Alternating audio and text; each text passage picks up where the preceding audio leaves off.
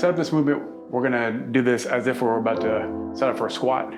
So we'll get the bar on our back.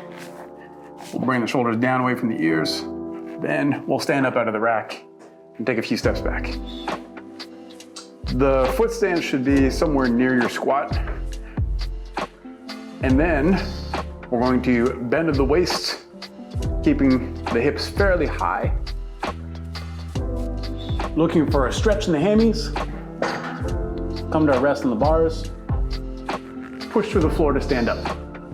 The whole time we are resisting the bar, wanting to roll our shoulders forward. We're trying to keep a nice proud chest and push our hips towards the back wall. Push through the floor to stand up. Where we should feel this is usually hamstrings, glutes, and you will feel the lower back working. And this is a lower back strengthening exercise, but it's also an upper back strengthening exercise. So as you bend over, depending on what you're looking for out of this movement, you really, ideally, especially in the beginning, want to resist the bar rounding you over through the upper back. So we're thinking proud chest all the way down. We're gonna make sure to keep a little bit of soft knee on the way down, reaching our hips up towards the ceiling, looking for a good stretch. And this position, being able to keep this position, is why you use the pins, because at the bottom you're looking for a position that you can stop at that's still gonna allow you to keep that nice proud chest situation. Whereas if we go too far, there's gonna be a point where we start to lose it, shoulders round over, and this just gets a little ugly and turns into more of a lower back movement. So there's time and place for that, but especially when learning this exercise, or for most purposes, I'd recommend to use the pins to stop you at a good point. There's typically gonna be two ways that I try to teach this movement.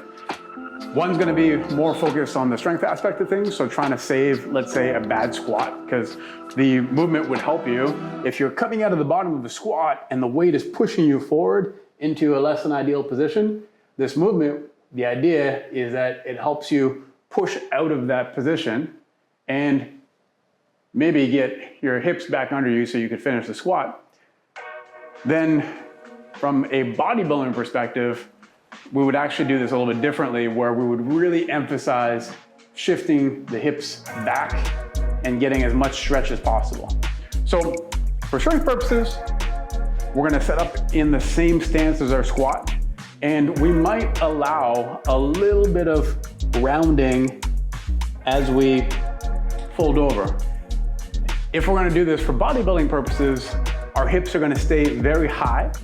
We're really gonna allow our hips to slide back and reach our butt towards the back wall. And then we're gonna feel for lots of stretch through the hammies and glutes. This movement doesn't have to be done super heavy.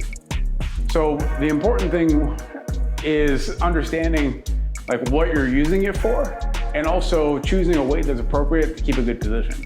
So I wouldn't get too ambitious with it. I would start light, work your way up, and then choose your adventure from there.